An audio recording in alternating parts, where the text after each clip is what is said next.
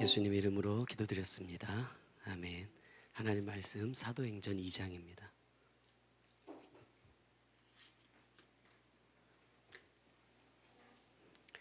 사도행전 2장 21절 한 절만 다 같이 보겠습니다. 시작.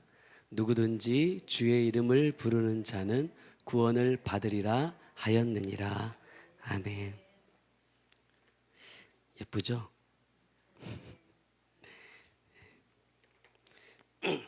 갑자기 또 주님이 하게 하시고 주시면 또 이런 것도 생기고 좋으네요. 우리가 내가 목이 왜 이럴까요? 우리가 말씀 들으면서 그런 얘기를 종종 했어요. 죄를 지으면 뭐가 죽죠? 영이 죽는다. 이런 표현을 많이 썼습니다. 근데 엄밀히 따져보면 영은 죽어야 안 죽어요? 절대 안 죽습니다. 영은 아프고 슬프고 괴롭고 기쁜 거 느껴요, 못 느껴요? 못 느낍니다. 영은 절대 죽지도 않고 그런 감정, 우리가 느끼는 사람의 감정이 없어요. 그러면 우리가 나중에 천국과 지옥을 갈 때 영은 아무런 감정을 느끼지 못하잖아요. 이 오감 같은 걸 느끼지 못하잖아. 그럼 지옥에 던져져도 아프다 안 아프다? 안 아프겠죠. 안 고통스럽겠죠. 모르니까 그냥 들으세요. 고통스럽지 않아. 그래서 하나님께서 보너스로 뭘 같이 가게 하시느냐? 혼을 같이 가게 하십니다. 그러니까 고스란히 아프다, 괴롭다. 자, 영이 죽는다 이렇게 표현했는데 죄를 지으면 영이 죽는데 창세기 6장에 보면 이 표현을 조금 다르게 했어요. 뭐냐? 하나님의 신이 떠났다 이렇게 표현했어요. 이게 무슨 말일까? 영이 죽는다. 하나님의 영이 내게서 떠나갔다. 이건 무슨 표현일까? 이렇게 말씀해 주셨어요. 자, 영이 죽는다, 떠났다라는 표현은 뭐냐면 이걸 쉽게 이렇게 이해하시면 될 것 같아요. 마음. 죄를 지으니까 영이 떠났다, 영이 죽었다 이 말은 하나님의 말씀에 순종하고자 하는 마음이 사라졌다 이런 뜻이에요. 하나님의 뜻대로 하고자 하는 마음이 내게서 사라졌다. 이거 녹음도 안 하고 방송도 안 하고 어제 저녁에 잠깐 주셨던 말씀인데 영은 마음이다. 쉽게 표현해서 우리의 마음이다. 자, 그러면 혼은 뭐예요? 쉽게 표현하는 겁니다. 생각이고 육은요 그냥 말 그대로 이렇게 생각하시면 되지 않을까? 마음과 생각과 삶. 그러면 보세요. 주님께서 우리에게 가장 요구하시는 게 뭐냐면 결국 삶이잖아요. 삶의 열매잖아요. 그럼 이 삶의 열매를 내가 주님께서 원하시는 것을 맺기 위해서부터는 뭐부터 바로 돼 있어야 되냐? 마음에서부터 바로 돼 있어야 돼요.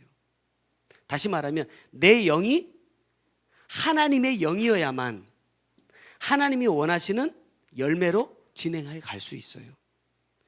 이 마음이 잘못된 마음이라고 한다면 절대 생각도 올바를 수 없고 삶의 열매도 절대로 올바를 수 없다. 오늘 이제 말씀을 통해서 이런 부분들이 조금 더 구체적으로 말씀을 나누려고 해요.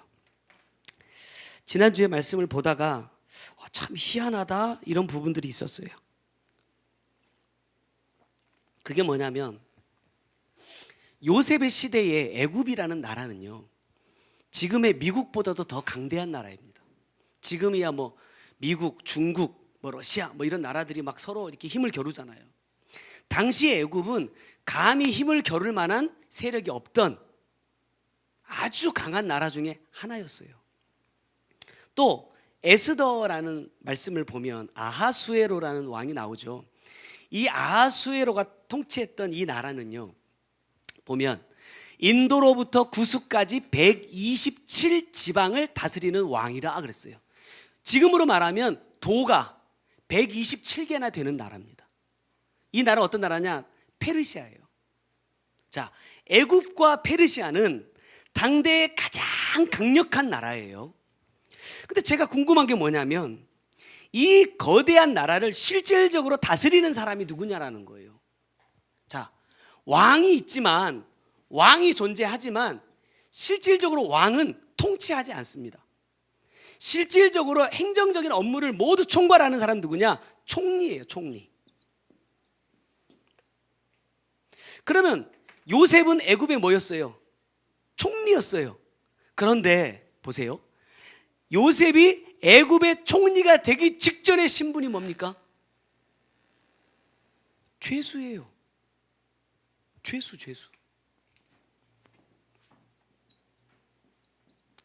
에스더에 보면 나중에 이제 에스더의 삼촌인 모르드게가 이 페르시아의 총리가 되는데, 페르시아의 총리가 되기 전에 모르드게의 직업이 뭐예요? 문지기입니다. 문지기. 쉽게 말하면 아주 말단이에요. 말단. 그런데 어떻게 이 사람들이 하루아침에 이 거대한 제국을 다스리는 총리가 될 수 있느냐 이거예요. 이상하지 않아요, 여러분? 이 나라의 살림을 맡기려고 우리가 보통 뭐 장관이며 뭐 뽑을 때 뭐 해요? 청문회라는 걸 해요. 그래서 사돈의 8천까지가 달달 털어가지고 이 사람이 어떤 사람이냐를 검증을 막 해. 그게 왜 필요한지 난 잘 모르겠어. 일을 얼마나 잘하냐를 보면 되지, 그 도덕적인 거 이거 막 들춰내봐야 그런 검증하는 그 사람들은 깨끗합니까? 다 또이또인데. 어쨌든 그래요. 그런데 이 어마어마한 제국의 총리를 뽑으면서 왜 왕은 이 사람들에게 어떠한 능력이 있는지, 어떠한 실력을 가진 사람들인지를 검증을 하지 않아요? 이상하지 않아요? 저는 이게 너무 이상했어. 아니, 나라를 말아먹으면 어떻게 해요? 에스더에 보면 모르드게가 총리가 되기 전에 하만이라는 사람이 총리합니다. 근데 이 사람은요, 야망이 너무너무 큰 사람이에요.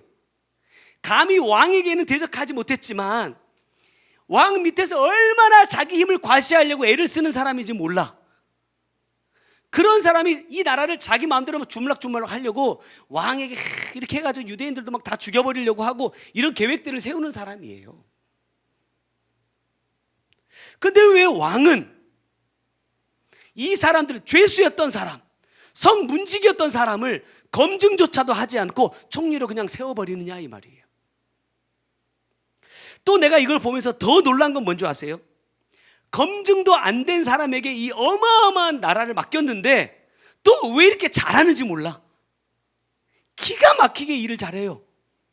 그럼 이 사람도 도대체 성문지기 하면서, 야, 내가 조금 있으면 이 페르시아의 총리가 될 거니까 미리미리 준비하자, 이러지도 않았을 텐데 어떻게 이렇게 잘할까? 말씀해 보니까 창세기 41장에 이렇게 말씀하세요. 바로가 그의 신하들에게 이르되 이와 같이 하나님의 영에 감동된 사람을 우리가 어찌 찾을 수 있으리요? 그래요. 요셉은요, 하나님의 영에 감동된 사람이었습니다. 그래서 그가 하는 말마다 듣는 사람들이, 와, 이런 건 우리 생각지도 못했어. 이런 방법이 있으리라고는, 이런 길이 있으리라고는 우리는 어느 누구도 생각지도 못한 그런 생각이야. 깜짝깜짝 놀래요. 나중에 모르드게도 보니까 얼마나 일들을 잘해내는지. 왕이 아예 하만에게서 하만이 끼고 있던 반지를 빼서 그냥 모르드게에 줘버려요. 무슨 반지예요? 왕의 인장 반지입니다. 이걸 찍으면 나라의 누구도 그 명을 거역할 수가 없어. 근데 왕이 자기가 가지고 있으면서 보고서 보고 찍어주는 게 아니라 아예 모르드게한테 줘버려요. 네가 하고 싶은 대로 해. 우리가 에스더를 쭉 보면서 이 모르드게가 한 일을 보면 아주 극악무도한 일을 해요. 어떤 일이죠? 유다인들을 죽이려고 했던 사람들, 유다인들을 핍박했던 사람들을 죽이기 시작하는데 피도 눈물도 없습니다. 아주 잔인하게 사람들을 막 처형해. 뭐 이날은 몇백 명, 이날은 몇백 명, 다 뭐 수없이 많은 사람들 죽여내거든요. 죽어나가거든요. 그런데도 왕이 뭐라고 말하느냐? 내가 더 해줄 것 없냐? 이렇게 물어요. 기가 막히죠. 왜 그럴까? 비결은 하나, 뭐예요? 하나님의 영이 함께하기 때문이라는 거예요. 내가 정말 이 하나님의 영이, 죽은 영이 떠나버린, 하나님의 영이 떠나버린 죽어야 될 육체를 가지고 있는 사람이 아니라 이 영이 살아있어서 내 마음의 주인 되어지기만 하면, 내가 지금 어떤 사람이냐가 중요한 게 아니라 하나님은 죄수도 문지기도 들어서 뭘 세울 수 있다? 총리로 세울 수 있다는 거예요. 다니엘 같은 사람도 보세요. 이 사람은 털어서 먼지 하나 안 나던 사람입니다. 그런데도 미워하는 사람들이 있어요. 뒷조사를 아무리 해봐도 꼬투리 잡을 게 없지만 끊임없이 다니엘을 죽이기 위해서 원수들이 계략을 세워요. 근데 다니엘은 어떻게 하죠? 야, 니네들이 나한테 이렇게 했으니까 두고 보자, 나도 복수할 거야, 이런 게 아니라, 참, 이 말씀이 너무 감동됐어요. 전에 하던 대로, 누가 나를 괴롭힌다고, 누가 나를 힘들게 한다고 그것 때문에 막 흔들리거나, 그것 때문에 내가 마음이 상하거나, 그 사람들과 싸우거나 부딪히거나 하지 않고 전에 하던 그대로 주님 앞에 하루에 3번씩 기도하더라. 근데 이 다니엘의 기도가 뭔지 아세요? 다니엘이 하루에 3번씩 하던 기도가 뭐예요? 하나님, 나를 이 나라의 총리로 세우셨으니 이 총리의 직분을 잘 감당할 수 있게 해주세요, 이런 기도가 아니더라고요. 말씀 보니까 다니엘은 뭘 기도해요? 하나님의 성전이 회복되는 것, 하나님의 나라가 회복되는 것을 기도해요.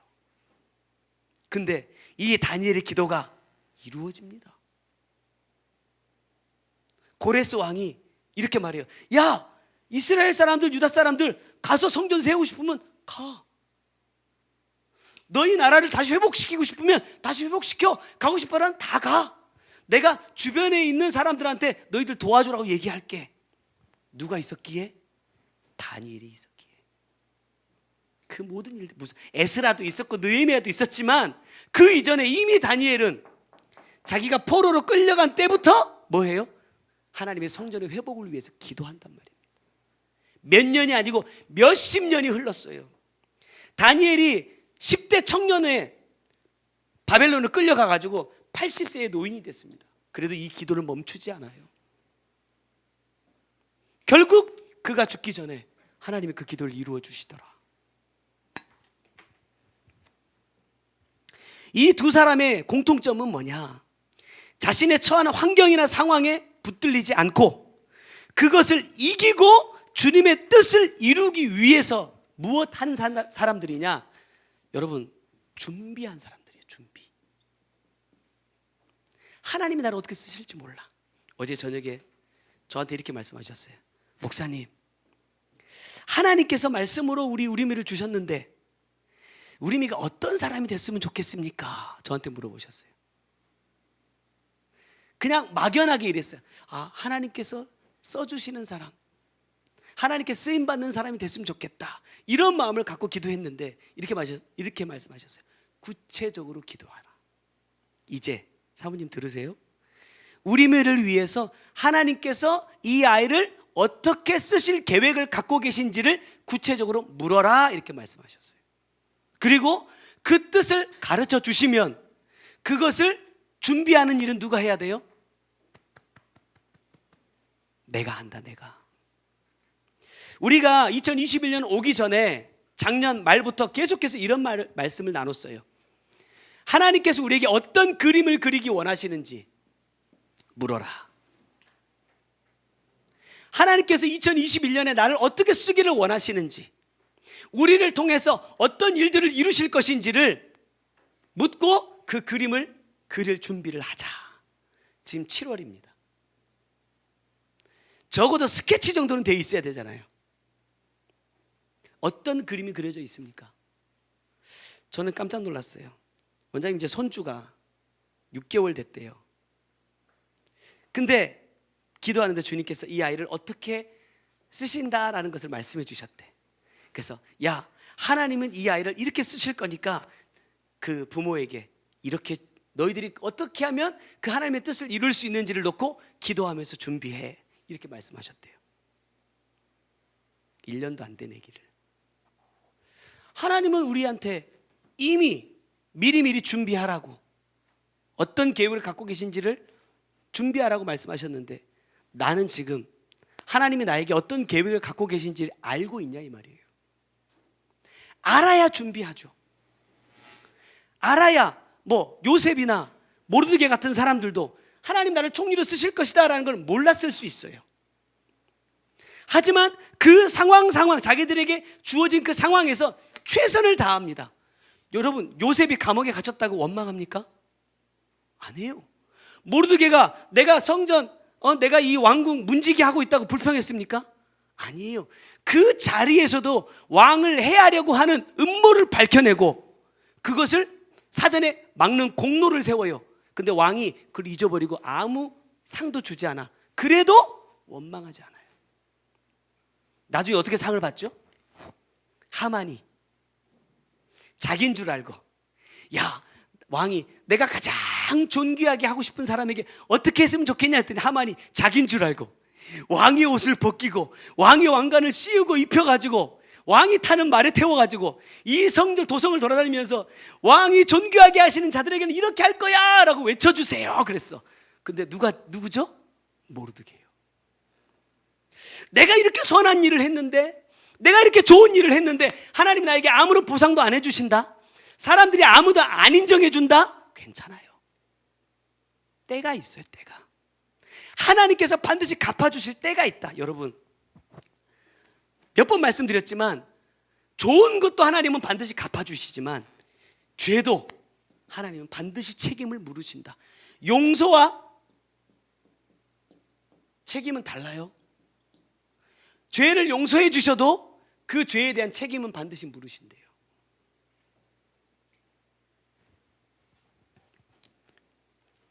근데 주님이 그래요. 저를 보니까 저는 이제 어떤 계획을 딱 세우려고 하면요, 이 계획을 하기 위한 준비에 뭐가 필요한지를 많이 생각을 해요. 예를 들면 쉽게 표현하면 이래요. 한국 사람들의 약간 특징입니다. 내가 이제 이번 주부터 등산을 해야겠다. 내 건강을 위해서 등산을 해야겠다. 그러면 한국 사람들은 뭘 준비하죠? 장비를 준비해. 등산화를 사러 가고 등산복을 사러 가.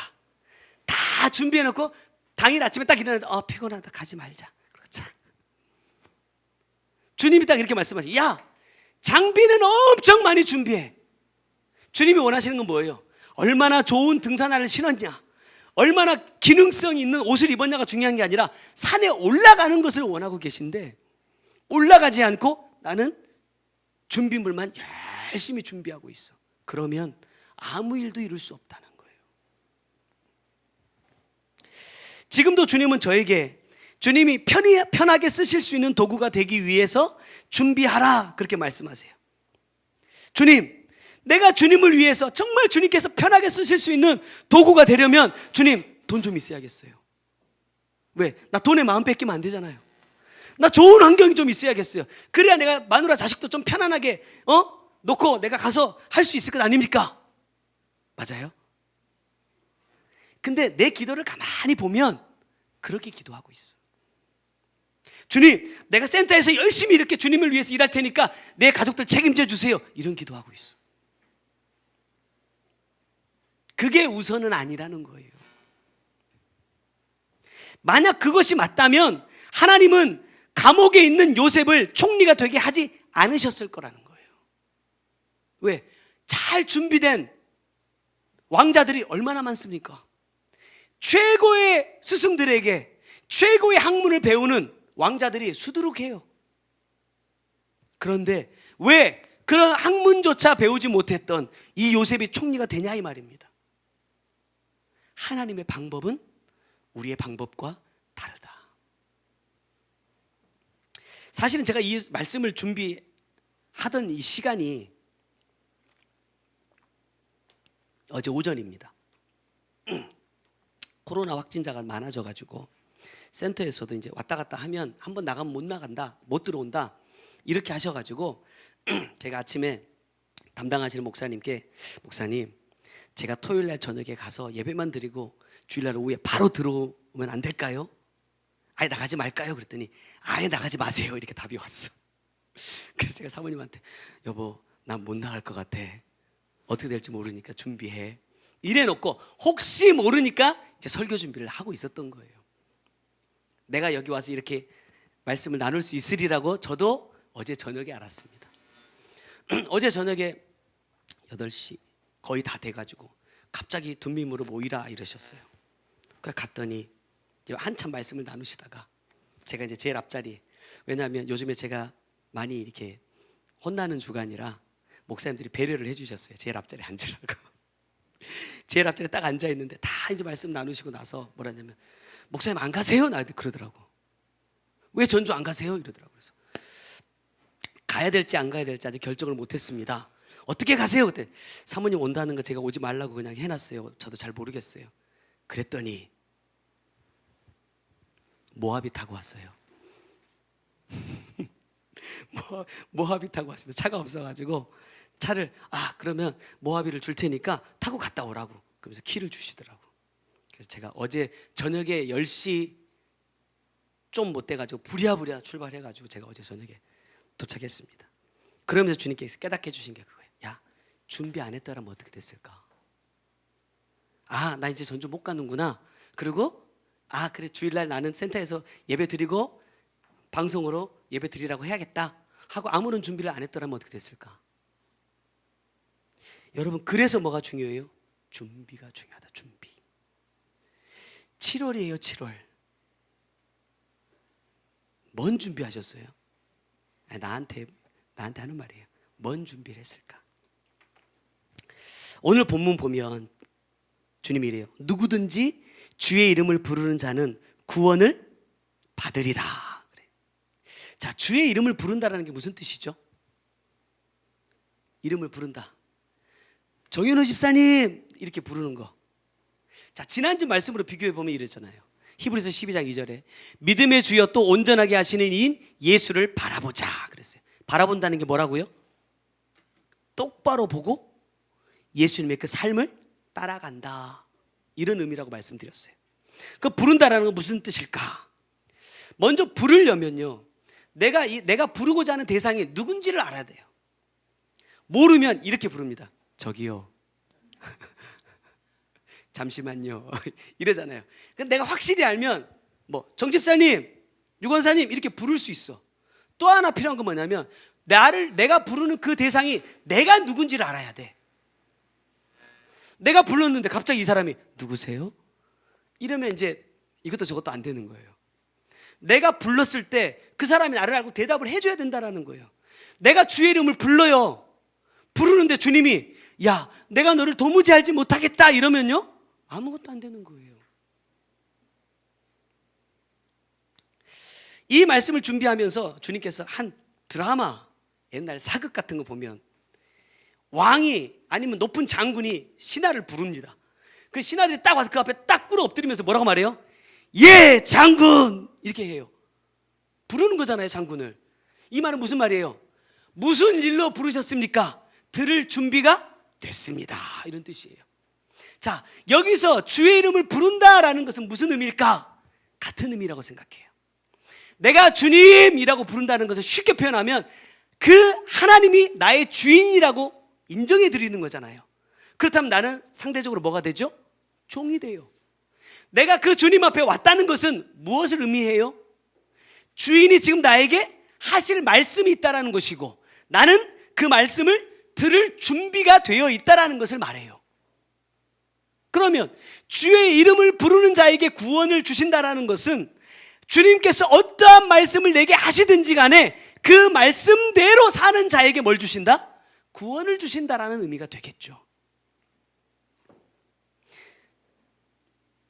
그러면 우리에게 구원을 주시기 원하시는 주님이 오늘 나에게 주시는 명령이 뭐냐라는 거예요. 자, 첫 번째는요, 내가 예수를 십자가에 못 박은 죄인이라는 것을 아는 자가 되라라는. 자, 사도행전 2장 36절의 말씀 보니까 그런즉 이스라엘 온 집은 확실히 알지니 너희가 십자가에 못 박은 이 예수를 하나님이 주와 그리스도가 되게 하셨느니라 그랬어요. 여기 보면 누가 예수를 십자가에 못 박았다고 말씀하고 있느냐? 누구요? 이스라엘 온 집이라고 말씀합니다. 이 말씀을 그대로 보자면요, 누구예요? 유대인들이죠. 유대인들이 예수를 죽였다 이렇게 볼 수 있어요. 근데 이 말씀을 나에게 적용을 해보면 어떻게 될 수 있어요? 이 이스라엘이라는 것은요, 하나님을 믿고 나는 그가 택하신 백성이라고 말하는 모든 믿는 사람을 말하는 겁니다. 자, 믿지 않는 사람들이 예수를 십자가에 못 박았습니까? 믿지 않는 사람은요, 주님과 아무런 관계가 없어요. 예를 들어서 내가 권사님 아들이야. 내가 밖에 나가서 막 사고치고 다녀. 말썽만 부리고 다녀. 그럼 누가 속이 상하죠? 엄마가 속이 상하지 다른 사람은 속 안 상해요. 왜? 나랑 관계가 있는 사람이, 나를 아는 사람이 속상하지 모르는 사람은 속이 안 상해. 예수를 믿지 않는 사람은 뭘 하든 말든 상관이 없어요. 왜? 그냥 지옥이니까. 그런데 예수 그리스도를 십자가에 못 박은 예수 그리스도의 십자가와 상관이 있는 사람이 누구예요? 믿는 자들이잖아요. 그러면서 주님 뭐라고 말씀하시느냐? 예수를 십자가에 못 박은 자가 누구냐? 바로 나라 나. 그 주님을 믿는다고 말하는 내가 못 박은 사람이다 그래요. 우리 이런 표현을 많이 써요. 주님께서 나를 위해 십자가에 못 박히셨다. 이렇게 말하니까 어떤 의미예요? 주님이 나를 엄청 사랑하셔서 나를 위해서 십자가에 못 박혀 죽어주셨다. 이렇게 아름답게 진행이 되거든요. 근데 주님이 저에게 이렇게 말씀하십니다. 네가 나를 십자가에 못 박았다. 이렇게 말씀하시니까 어떤 의미냐면 내가 엄청나게 큰 죄를 지어가지고 예수를 십자가에 죽이지 않고서는 해결이 안 되니까 너 때문에 할 수 없이 내가 예수를 십자가에 죽인 거야. 이렇게 말씀하는 거예요. 그러면 내가 어떤 사람이 되는 거예요? 나는 그냥 십자가의 사랑을, 은혜를 입은 사람으로 그냥 생각하고 있다가 네가 나를 죽였어 이러니까요, 내가 엄청 큰 중죄인이 됐잖아요. 근데 뭐가 맞아요? 주님이 그래요. 두 번째가 맞아. 네가 나를 십자가에 죽인 게 맞아. 근데 문제는 뭐냐면요, 그렇게 생각하는 사람이 별로 없어요. 이사야 53장에 보니까 그가 찔림은 우리의 허물 때문이요 그가 상함은 우리의 죄악 때문이라. 그가 징계를 받음으로 우리가 평화를 누리고 그가 채찍에 맞음으로 우리가 나음을 받았도다 말씀하는데, 그렇게 생각할 수도 있어요. 내가 그렇게 큰 죄를 지었나? 예수를 십자가에 죽이지 않고서는 용서받을 수 없는 그런 죄를 내가 지었나? 어떤 것 같아요? 우리 우리미가 이제 5살이죠. 자, 우리미 때문에 예수님이 십자가에 못 박히셨을까요? 안 박히셨을까요? 5살이에요. 무슨 그렇게 큰 죄를 지었을까요? 양우림! 무슨 그렇게 큰 죄를 지었길래 예수님이 너 때문에 십자가에 못 박혀 돌아가셨니? 몰라요, 무슨 말 하는지도. 근데 상관이 있다 없다? 있다는 거죠. 그러면 우리는요, 자기가 무슨 죄를 지었는지, 뭐가 죄인지도 잘 모르는 5살짜리도 이 십자가가 아니면 구원받을 길이 없다는데, 나는요,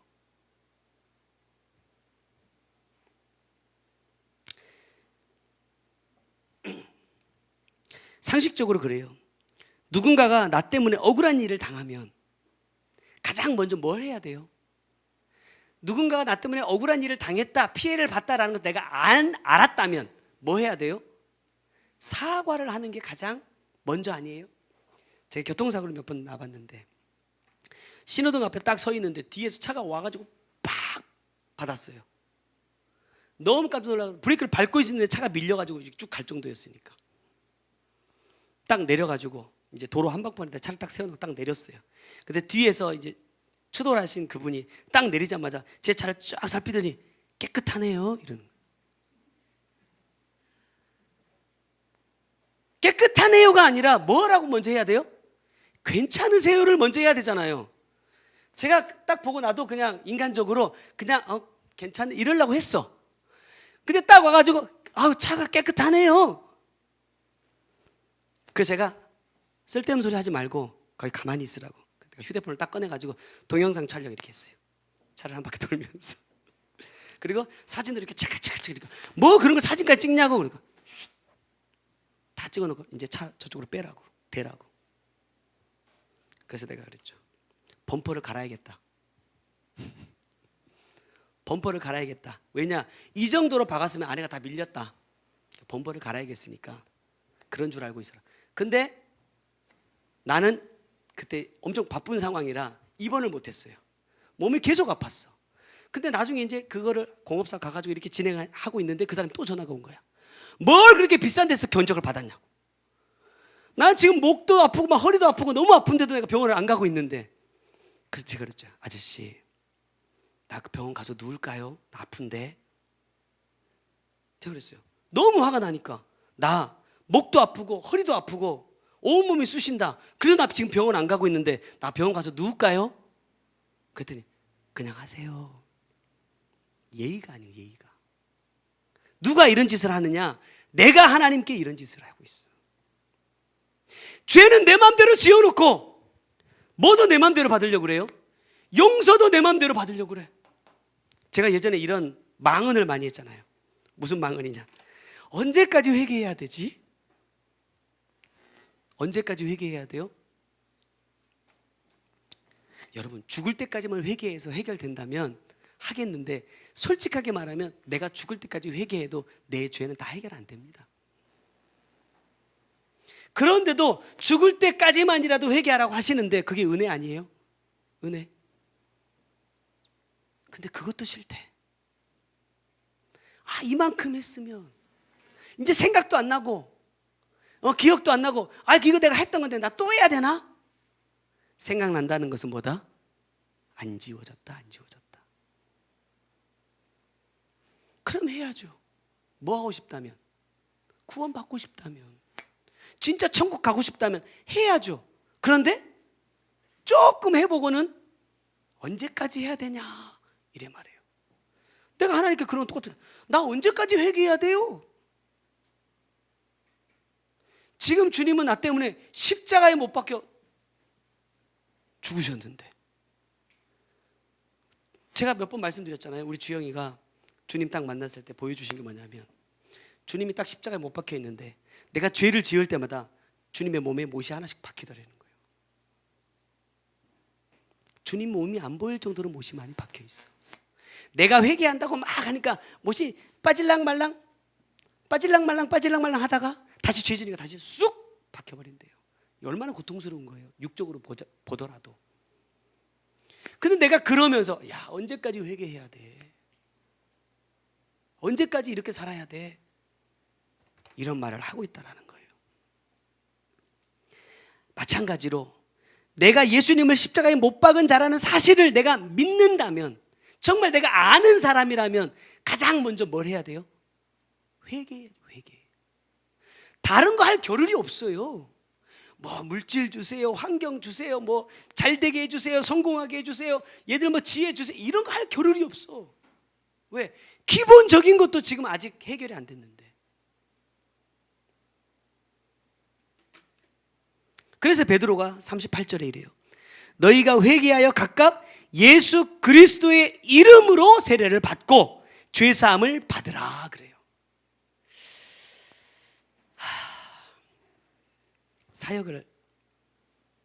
사역 안에 있다 보니까요, 내가 받은 응답이 하나님이 주신 응답이다라고 확신하는 경우가 많아요.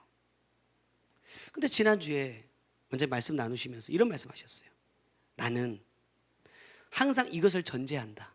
내가 잘못 들을 수 있다. 내가 잘못 볼 수 있다. 내가 응답을 잘못 받았을 수 있다 라는 것을 항상 생각한대요. 그러니까 잘못 받지 않기 위해서 더 노력을 한대. 근데 나는요, 조금만 뭔가 그런 것 같으면 야, 주님이 이랬어 이렇게 말해버려. 아, 내가 기도해 보니까 주님이 이렇게 해도 된다는 마음을 주셨어. 죽었는데 살려놓지도 않고 주님의 마음이래. 이게 얼마나 위험한 일이에요. 근데 그런 표현을 너무나 쉽게 사용하고 있더라 이 말이에요. 여기도 보니까요, 예수 그리스도의 이름으로 세례를 받고 죄사함을 받아야 된대요. 내가 회개하고 야, 내가 이렇게 했으니까 눈물 콧물 짜고 내가 뭐 굴러다니고 했으니까 이제 용서 받았겠지, 이 문제 해결됐겠지, 내가 하는 게 아니라 누가요? 예수 그리스도께서 야, 내가 이 죄 이제 용서해 줄게, 너 이제 이거 그만해도 돼 라고 말씀해 주셔야 되는데, 예수 그리스도의 이름으로 죄사함을 받는 게 아니라 내 이름으로 죄사함을 받아버려요. 예전에 특히 더 그랬죠. 성도들 막 주일날도 막 몇 주씩 안 나오고 막 말 안 듣는 사람들 신방 갈 때 보면, 신방 가면 내가 그 신방 전사님들하고 같이 다니면서 아휴, 이런 사람들 때문에 아주 골치 아파 죽겠네 그냥. 이런 사람들은 그냥 교회 안 나왔으면 좋겠다. 왜? 애만 먹여. 왜? 숫자에 아주 예민한 교회였잖아요. 결석 숫자 하나만 늘어도요, 얼마나 시달렸는지 몰라. 그러니까 이 마이너스 1, 2가요 아주 스트레스예요. 그러니까 차라리 이 사람은 제적에서 지워버리면 마이너스가 플러스 되잖아요. 그런 못된 생각도 하면서 신방 다니고 했다니까요. 그 사람이 어떤 마음인지, 어떤 상태인지, 왜 못 오는지 보다 이 더운 날씨에 40도 오르락내리락 하는 이 날씨에 신방을 가라니 땀 뻘뻘 흘리면서 가보면 뭐하고 있어요? 탱자 놀고 있네. 집사님 뭐 하셨어요? 그냥 가기 싫어서 안 갔어요. 그럼 속에서 그냥 막 천불이 나죠. 뭘 모르니까? 주님의 마음을 모르니까. 다 내 판단. 아유, 저런 사람도 천국 가겠어. 교회 안에 저렇게 해가지고 하나님이 쓰시겠어? 이런 걸 얼마나 많이 했는지 몰라. 누구의 이름으로? 내 이름으로, 내 이름으로. 그런데 그 위에 말씀 보니까 어떤 사람들이 회개하느냐, 그들이 이 말을 듣고 마음에 찔려 그래요. 여러분 보세요. 주님이 나 때문에 십자가에 죽으셨다, 이 말씀 때문에 내 마음이 찔립니까? 너무 많이 들어서 무뎌지지 않았어요? 그냥 들어도 그래 맞아, 주님이 나를 위해서 죽으셨지, 그게 주님의 은혜요 사랑이지, 이런 마음은 같지만 정말 내가 그것 때문에 찔리냔 말이에요. 정말 그것 때문에 내가 죄를 짓지 않기 위해서 몸부림을 치고 있냐 이 말이에요. 왜 안 될까? 왜 내가 주님께서 용서해 주실 수 있는 회개를 못할까? 찔리지 않기 때문이에요. 내 마음이 찔리지 않기 때문에.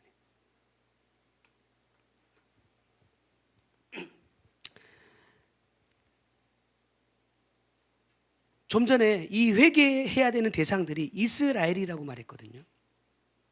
이스라엘이라는 이름의 뜻이 뭡니까?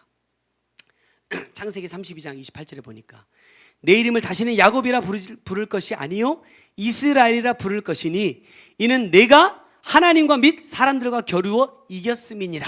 밑에는 세 번역인데, 내가 하나님과 겨루어 이겼고 사람과도 겨루어 이겼으니 이제 네가 내 이름은 야곱이 아니라 이스라엘이라. 무슨 말이에요 이게? 야, 너는 하나님도 이기고 사람도 이겼어. 사람이 하나님이 이겨요? 잘 이겨요. 잘 이겨요.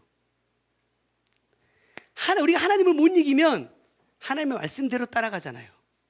근데 내가 죄를 짓는다는 것은 뭐예요? 하나님이 이겨먹는 거예요. 그럼 이기는 게 좋은 거예요, 나쁜 거예요? 자, 근데 우리는 이 이스라엘의 이 야곱의 이스라엘 사건을 어떻게 말해요? 야, 천사가 와서 씨름하는데 끝까지 환도뼈를 쳐도 포기하지 않고 끝까지 붙잡았더니 하나님께서 야, 내가 졌어. 네가 이겼어. 네가 원하는 거 내가 다 들어줄게. 이거예요. 보세요. 무슨 말인지. 자, 이스라엘이라는 이 히브리어에는요, 이스라와 엘이라는 단어로 붙어 있어요. 근데 이 이스라라는 단어는 어떤 뜻이냐? 주도하다, 끈질기게 다투어 이기다, 다스리다 라는 뜻이고, 엘은 하나님입니다. 창세기 32장의 말씀을 쭉 보면요, 우리가 기존에 알고 있던 이야기가 맞는 것처럼 느껴져요. 자기가, 이 천사죠, 자기가 야곱을 이기지 못함을 보고 그가 야곱의 허벅지 관절을 치매, 야곱의 허벅지 관절이 그 사람과 씨름할 때에 어긋났더라 그래요. 천사가 이겼다 못 이겼다? 못 이겨요. 허벅지 관절을 쳤는데도 놓지 않으니까 야, 내가 어떻게 해주면 놀래? 나를 축복해 주세요. 그랬더니 이제 이스라엘이라 해라 그래요. 이게 축복이에요?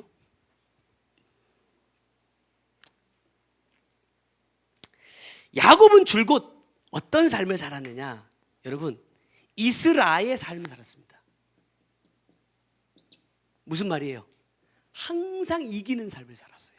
자, 가장 먼저 누구랑 싸워 이겨요? 형 에서와 싸워 이겨.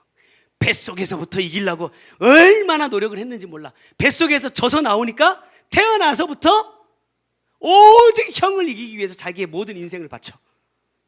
이게 야곱입니다. 자, 그 다음 누구 이기죠? 아버지를 이겨요. 아버지를 속이고 그 복을 받기 위해서 아버지를 속여, 이겨. 그리고 또 누구를 이겨요? 삼촌 라반을 이겨. 라반도 아주 머리가 보통이 아닌데 이 야곱은 그 보통 위에 더 뛰어난 사람. 그래서 삼촌도 속여가지고 멀리 털 깎으러 간 사이에 튀자 하가지고 오다가 잡혀. 야곱의 인생을 보면 이스라예요, 이스라. 모든 사람과 화목한 것이 아니라 다퉈서 이겨요. 그러니까 꼭 결말이 어때요? 원수가 돼, 원수가.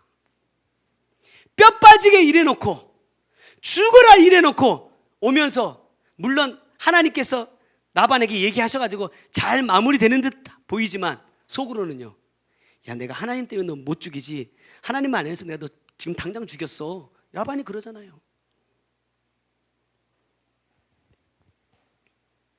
이것이 끈기 있고 끈기 있는 믿음이고 우리가 하나님께 복을 받는 비결이라고 한다면 하나님은 이렇게 말씀하셨을 거예요. 야, 역시 너는 야곱이야. 이제 내가 너한테 복을 줄게. 이스라엘이라는 이름을 주실 필요가 없어요. 왜? 지금도 끈기 있게 싸워서 이기고 있으니까. 야, 너는 나를 이길 만큼 믿음을 가진 사람이야. 너는 나를 이길 만큼 끈기 있는 사람이야 라고 말씀하셨겠죠. 그런데 뭐라고 말씀하시느냐? 내 이름을 다시는 야곱이라 부르지 말래요. 그러면서 너는 이제 이스라엘이라고 부를 텐데, 왜냐하면 네가 하나님과 사람들과 겨루어 이겼기 때문이야. 이게 무슨 말일까요? 곰곰이 생각해 보면서 기도했어요. 주님, 이게 무슨 뜻일까요? 저한테 주시는 마음입니다. 너 그렇게 모든 사람과 다투면서 네가 얻고 싶은 거 다 얻었고 심지어 하나님과도 다투고 네가 얻고 싶은 축복을 얻었구나. 그런데 이제는 야곱으로 살지 마. 이스라엘로 살아야 돼. 무슨 말이냐? 이제는 네가 하나님을 이겨먹는 삶이 아니라 하나님이 너를 이기는 삶을 살아야 돼. 주체가 누구냐 이 말이에요. 이스라엘의 주체가 야곱 아닙니다. 이스라엘이에요. 누가 이겨야 돼요? 하나님이 이기셔야 돼요. 야곱아, 너는 하나님을 이길 만큼 믿음이 있고 끈기가 있는 사람이다가 아니에요. 그런 삶을 살았기 때문에 이스라엘이라는 이름을 주셨지만 불러주지 않으셨어요. 누가 이길 때? 하나님이 야곱을 이기실 때 비로소 하나님은 이스라엘이라 불러주신단 말이에요. 근데 내가 얼마나 하나님을 이겨먹고 있냐 이 말이에요. 살아보니까 세상에서는요, 내가 지면 엄청 억울하더라고요. 내가 참으면, 이런 표현이 좀 죄송하지만 사람들이 나를 호구로 알아. 막 해도 되는 줄 알아. 그런데 주님 뭐라고 말씀하시느냐? 야, 져줄 수 있으면 져줘. 참을 수 있으면 참아. 뭘 위해서 줘? 내 영혼 구원을 위해서예요. 누가 그렇게 하셨기 때문에? 주님이 그렇게 하셨기 때문에. 여러분, 스데반이 억울한 게 없겠습니까? 말씀 보면 스데반 설교가요, 태초에부터 시작해가지고 성경을 그냥 66권을 딱 관통해버리잖아요. 한 번의 설교에. 그 말씀을 듣고 사람들이 마음이 찔린다니까요. 그런데 돌을 들더라고. 내가 옳은 소리를 했는데도 나한테 돌을 들어서 나한테 던져요. 그러면 도망가든지 싸우든지 해야 되는데 스데반은 안 하더라고요. 어떻게 해요? 용서해 달라고 기도해요. 뭘 받기 때문에? 나를 기다리시는 주님을 받기 때문에. 내가 천국을 믿는 사람이라면 나도 그렇게 해야 된다는 거예요.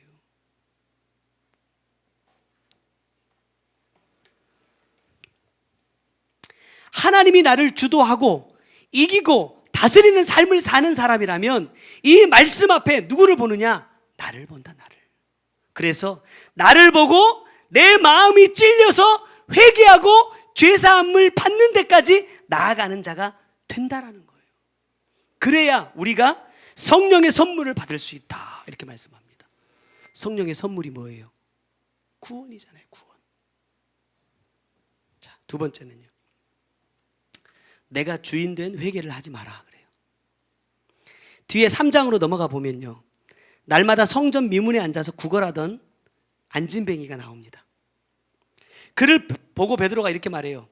은과 금은 내게 없거니와 내게 있는 이것을 내게 주노니 나사렛 예수 그리스도의 이름으로 일어나 걸으라 그래요.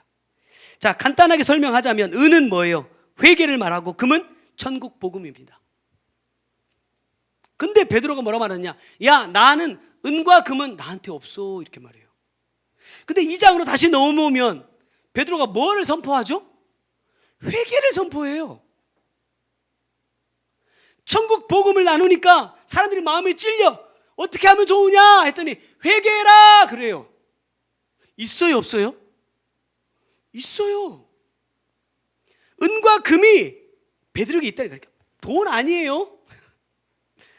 은과 금이 분명히 베드로에게 있는데 베드로는 왜 나에게 없다 이렇게 말하냐 이 말이에요. 왜 그렇죠? 베드로가 은과 금이 나에게 없다고 말한 이유는, 첫 번째 은은 뭐냐? 나에게는 다른 사람의 죄를 용서해 줄 수 있는 자격이 없다, 이런 말이에요. 네가 아무리 나에게 잘해도 목사는 성도들의 죄를 사해 줄 수 있는 권한이 없다. 권사님 믿으면 좋아. 권사님 같은 사람이 천국 가야지. 이런 말을 할 자격이 없다 이 말이에요. 금이 없다는 건 뭐예요? 나에게는 사람들을 천국에 보낼 권세가 없다라는 말이에요. 나 역시 주님께 용서받아야 될 죄인이고 나 역시 이 복음을 삶으로 이루어가면서 구원을 받아야 될 자다 이 말입니다. 이 말은 베드로가 지금 은과 금의 주인이 아니라는 것을 고백하는 거예요. 우리의 죄를 용서해 주실 수 있는 분, 우리를 천국으로 이끄실 수 있는 분은 누구다? 주님밖에 없다 이 말이에요. 그러니까 이 은과 금은 내 것이 아니라 누구 거다? 나사렛 예수 그리스도의 것이다 라고 말하는 거예요.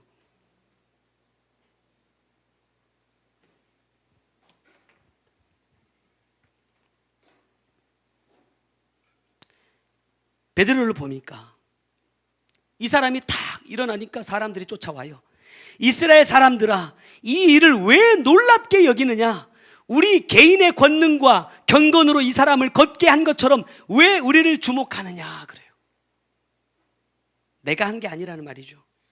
그리고요, 그 이름을 믿음으로 그 이름이 너희가 보고 아는 이 사람을 성하게 하였나니 예수로 말미암아 난 믿음이 너희 모든 사람 앞에서 이같이 완전하게 낫게 하였느니라.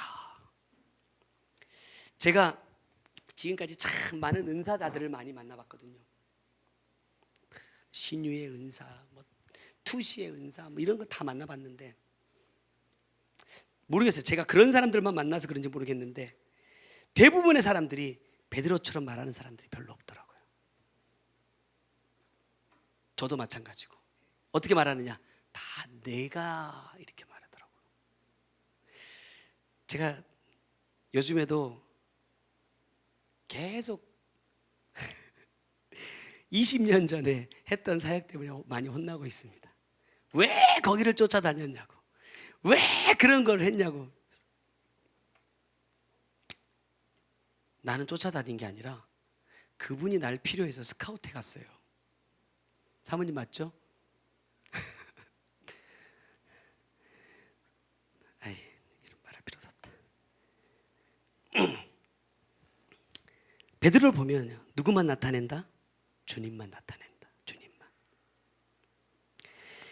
제가 말씀을 준비하면서 생각난 게 있어서 회개한 게 있어요. 우리 애들이 센터를 오면 제가 딱 애들하고 다니면서 이런 말을 많이 했어요. 야, 이 건물 아빠가 지었어. 야, 이거 아빠가 이거 했어. 이런 말을 참 많이 했어요. 근데 말씀 준비하면서 그걸 딱 생각나게 하시면서 주님이 저한테 이런 마음을 주셨어요. 저에게. 네가 했어? 네가 했어? 지난주에 엄청 더웠잖아요. 정말 하루에 얼음물을 8병 정도씩 먹은 것 같아요. 그러니까 속이 아프니까 유산균을 하루에 3번씩 먹으면서 왜 찬물을 마셔야 되니까. 지난주 공사가 또 지붕 위의 공사였거든요. 그러니까 그늘이 하나도 없어. 그냥 있는 것만으로도 지붕도 뜨겁고 내 등도 뜨겁고 땀은 또 얼마나 나는지. 그렇게 이제 일주일 동안 딱 일을 했단 말이에요. 그러니까 뭔가 내 마음속에 그 건물을 보면서 이 무더위를 내가 이기고 저 지붕을 얹었다. 내가 뿌듯해하고 있었는데 주님께서 네가 했어? 이런 마음을 주신 거예요. 네가 했어? 누가 했어요? 자, 솔직하게 한번 각자에게 적용해서 생각해 보세요. 지금 여러분의 그 삶이 주님이 하신 겁니까? 여러분이 하신 겁니까? 여기서는 분명히 주님이 하셨다고 나오는데 여기에서는 절대 주님의 것이라고 인정이 안 되죠. 제가 그렇더라고. 그래서 그걸 회개했어요. 내가 했어 라고 말했던 거. 내가 한 건 아무것도 없는데 어느새 내가 주인 돼가지고 야, 내가 했어 하고 있는 나를 보게 해주셨어요. 사랑하는 성도 여러분, 구원을 받는 자가 되기를 원하십니까? 원하시죠? 그러면 어떻게 해야 돼요? 내 죄를 더 철저하게 회개하는 자가 되세요. 여러분, 말씀을 들어도요, 이 말씀이 나에게 주시는 말씀이다 라고 깨닫지 못하는 것만큼 어리석은 사람이 없어요.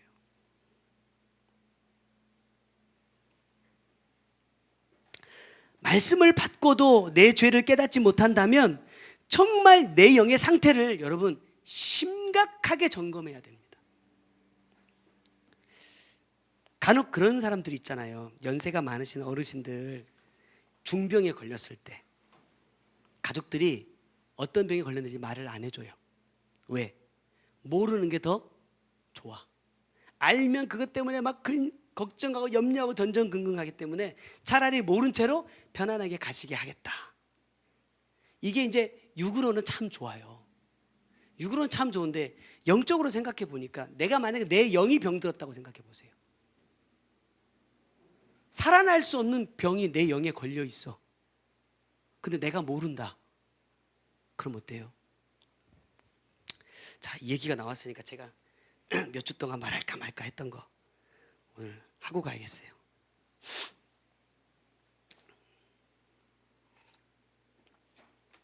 자, 상처받지 말고 오해하지 말고 내가 우리 박점희 할머니를 보면서 항상 센터 가면 가장 먼저 생각나는 사람이 우리 할머니예요. 기도를 굉장히 많이 합니다. 그런데 언젠가부터 생각이 안 나. 어떤 때는 이름도 잊어버렸어요. 하루 종일 생각했어. 주님, 성함이 뭐였죠? 뭐였죠? 이러면서 아무리 생각할래 해도 생각이 안 나. 저에게 주신 마음이니까 권사님 기도해 보시면 좋을 것 같아요. 전에 주님께서 이렇게 말씀해 주셨잖아요. 엄마 구원은 걱정할 필요가 없어. 주님께서 책임지셔. 그러니까 권사님의 사명을 해라 이랬어요. 지금 나한테 주시는 마음은 걱정해야 돼. 염려해야 돼. 교회를 나오고 안 나오고 중요한 거 아니에요. 교회에 나와도 아무 의미 없어요. 왜냐하면 너무 지금 많이 망가졌어요. 몸이 아니라. 지난번에 교회 휠체어 타고 오셔가지고 제가 기도할 때 제 머리가 진짜 터지는 줄 알았어요. 뭐에 원인이 있는지 한번 생각해 보세요. 난 솔직히 여러분들도 많이 있지만 여러분보다 나는 우리 박점희 할머니를 가장 많이 생각했고 볼 때마다 마음이 너무 기쁘고 행복했어요. 왜냐? 야, 우리 교회에서 천국 갈 수 있는 분이 나올 수도 있겠다라는 기대를 가지고. 근데 불안해졌어요. 마음이.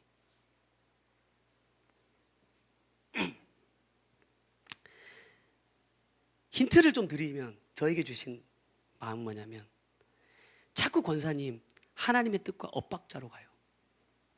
가라 그러면 안 가고 가지마 그러면 가고.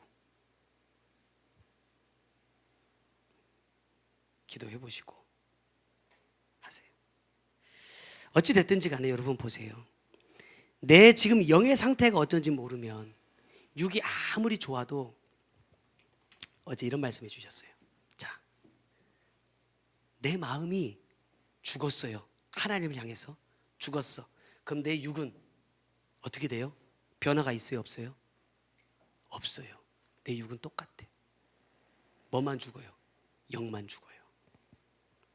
육이 건강하니까, 육이 누리고 있으니까, 육이 행복하니까 내 영도 그러겠지 생각하는 건 어리석은 거다. 육이 망가져도 저는 요즘에 환자들 기도하면서요, 그분들이 저보다 믿음이 더 좋다라는 걸 자꾸 느껴요.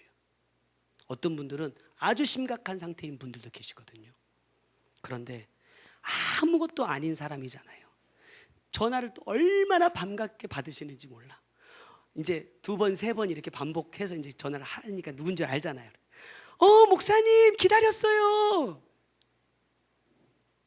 그런데 내가 할 말이 뭐가 있어요? 주님, 은혜를 베풀어 주세요. 이런 얘기밖에 할 게 없는데 그런 기도에 얼마나 내가 마음이 아플 만큼 우세요. 그러면 제가 그래요. 주님, 육 아니에요. 그렇게 우는 분들 귀에 대고도 육 아니다. 그렇게 말해요. 주님, 육 아닙니다. 영입니다. 영. 이 영을 회복하기 위해서 이 육의 건강이 필요하다면 은혜 주세요. 난 이렇게 기도합니다. 근데 그분들이요, 전화를 딱 끊고 나면 목사님 너무 감사합니다 그래요. 나는 뭘 생각하는 사람일까? 나는 진짜 영이 살기 위해서 사는 사람일까?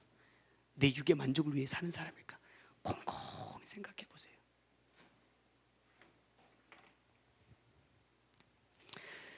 매주 드리는 말씀이지만 여러분, 주인 되지 마세요. 이번 주에 계속해서 뭐에 대해 말씀하시냐면 주인 되는 거, 내가 하는 거. 여러분, 지금은 아닐 수도 있어요. 앞으로 그렇게 될 수도 있어. 그러더라도 절대 그 자리로 가지 마세요. 이 마음과 생각은 모든 죄의 근원이다. 뭐가요? 주인 되는 거.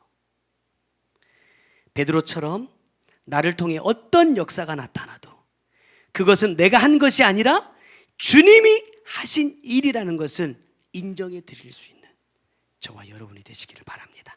기도하겠습니다. 사랑해 주님, 감사합니다.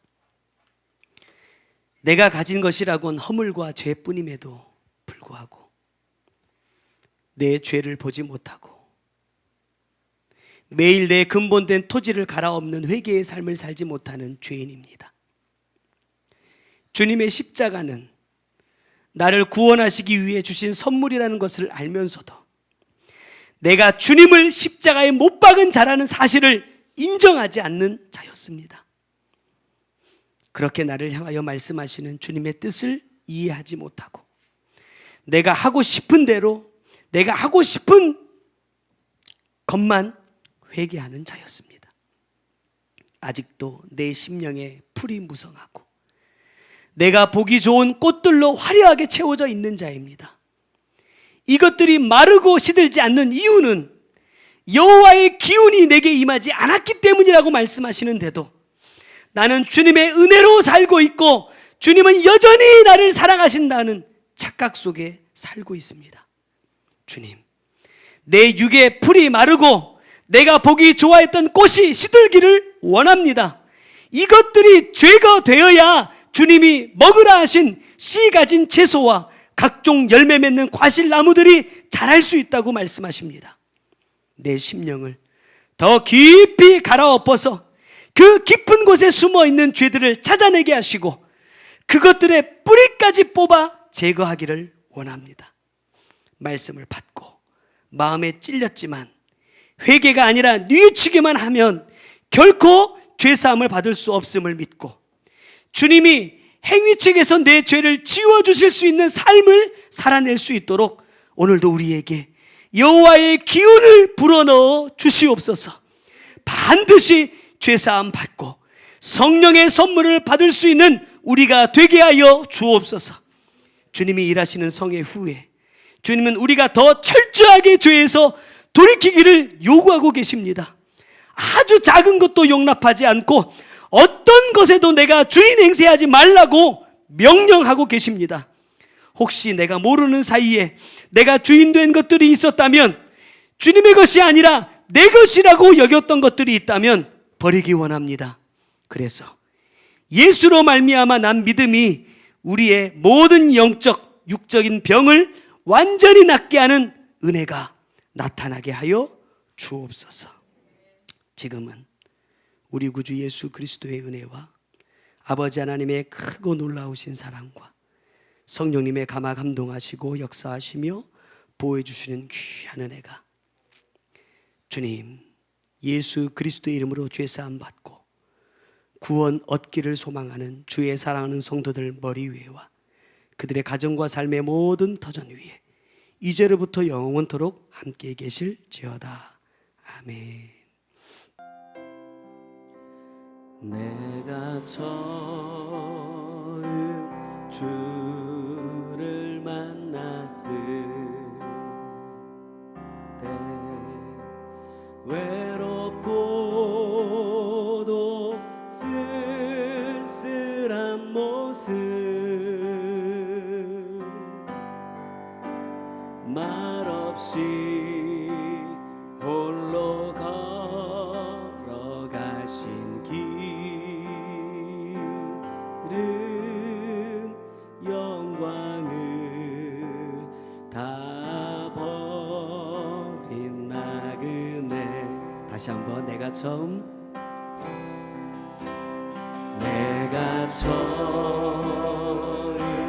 주를 만났을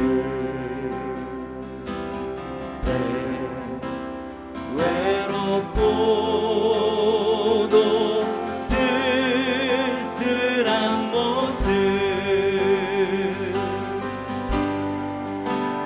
말없이 홀로 걸어가신 길을 영광을 다 버린 나그네 정녕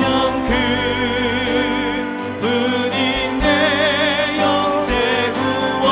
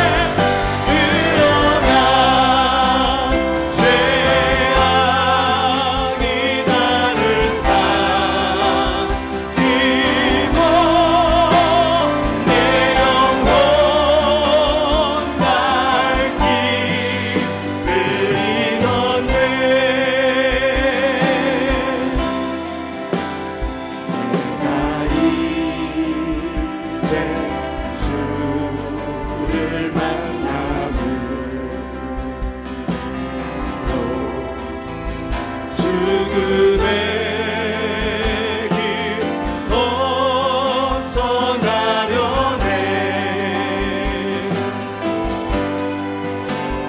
변창는 은혜와 사랑의 부신 그분 나이다 내 구세주. 주 예수 따라 항상 살리로다. 십자가 지고 따라가리라.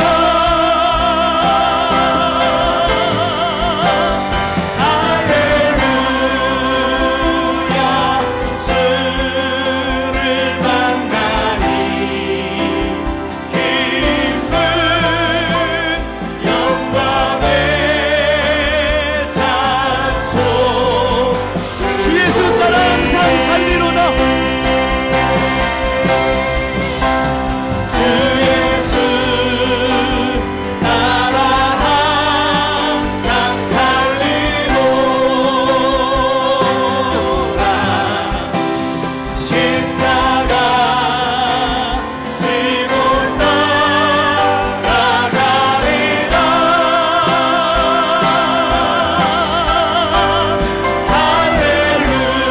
할렐루야. 주를 만나니 기쁜 영광의 찬송을 돌리리.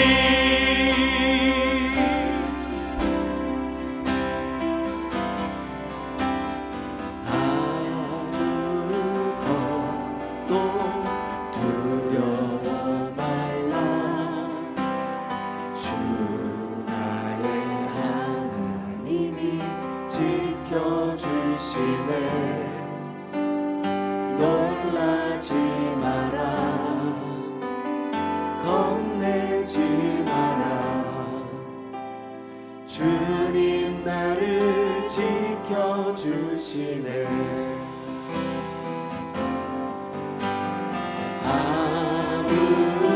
아무것도 두려워 말라. 주 나의 하나님이 지켜주시네. 놀라지 마라. 겁내지 마라. 주님 나를 지켜주시네. 내 맘이 힘에 겨워 지칠지라도 주님 나를 지켜주시네. 세상의 험한 풍파 몰아칠 대로 주님 나를 지켜주시네.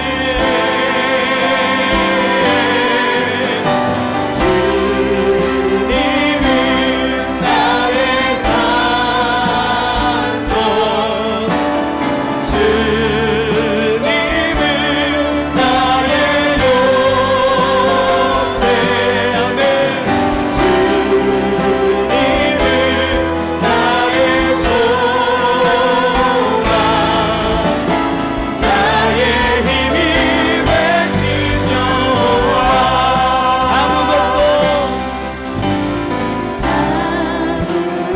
아무것도 두려워 말라.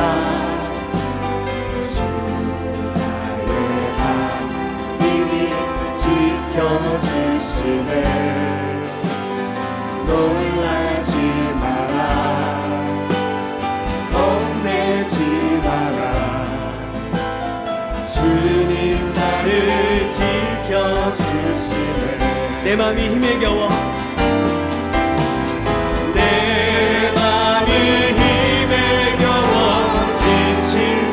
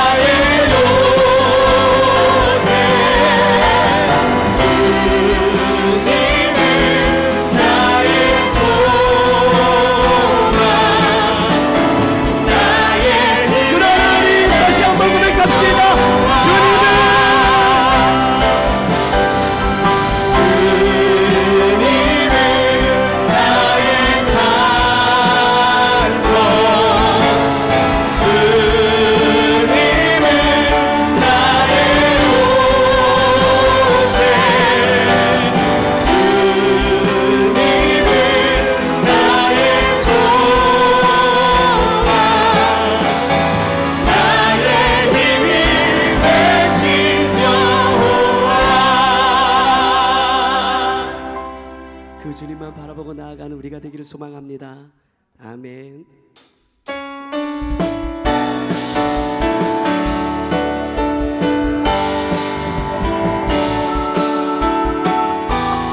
그 주님을 우리의 삶으로 고백하기 원합니다.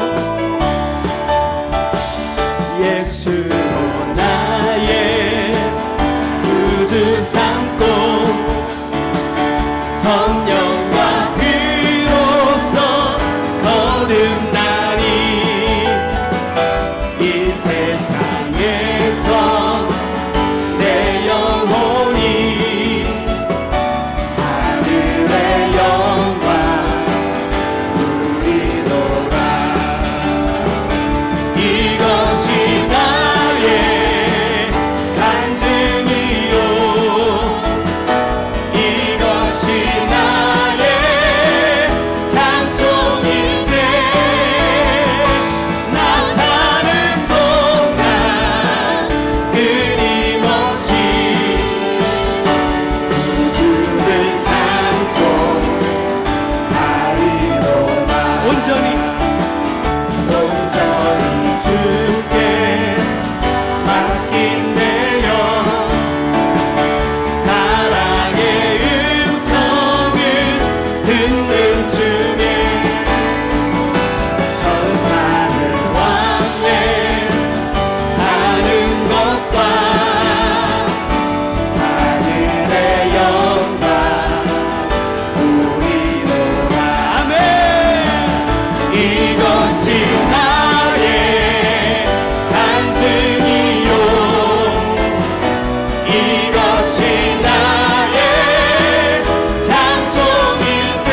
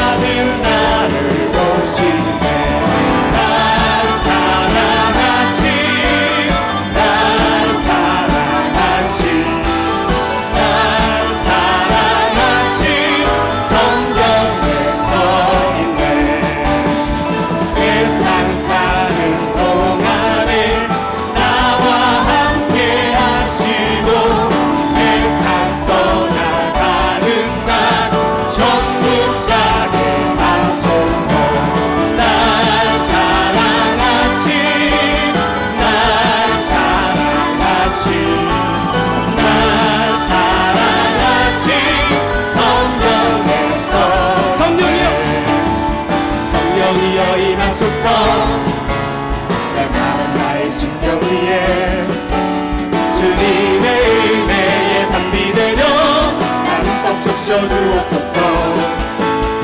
주의 권세 주의 능력 지금 이 시간 임하셔서 악한 권세 모두 깨뜨리고 주님 나라 임하소서. 영광 할렐루야. 예수의 그 피가 내게 승리 주의 구원이 되시네. 영광 할렐루야. 예수의 이름이 능력되네. 소망이 되시네. 성령이여 성령이여 임하소서. 열방은 나의 심령 위에 주님의 은혜에 담비되며 나를 꽉 차셔주옵소서. 주의 권세 주의 능력 지금 시간 임하셔서 악한 권세 모두 깨뜨리고 주님 나라 임하소서. 영광 할렐루야. 예수의 그 피가 내게 승리 주네 구원이 되시네. 영광 할렐루야. 예수의 이름이 능력되네. 소망이 되시네. 어두워진 세상 길을 주님 없이 걸어가나 나의 영혼 어두워졌네. 어느 것이 길인지 어느 것이 진리인지 아무것도 알 수 없었네. 주님 없이 살아가는 그 삶 실패와 좌절뿐이네. 사랑하는 나의 주님 영원 은혜 크게 하소서. 열려라 에바다 열려라. 눈을 뜨게 하소서. 죄악을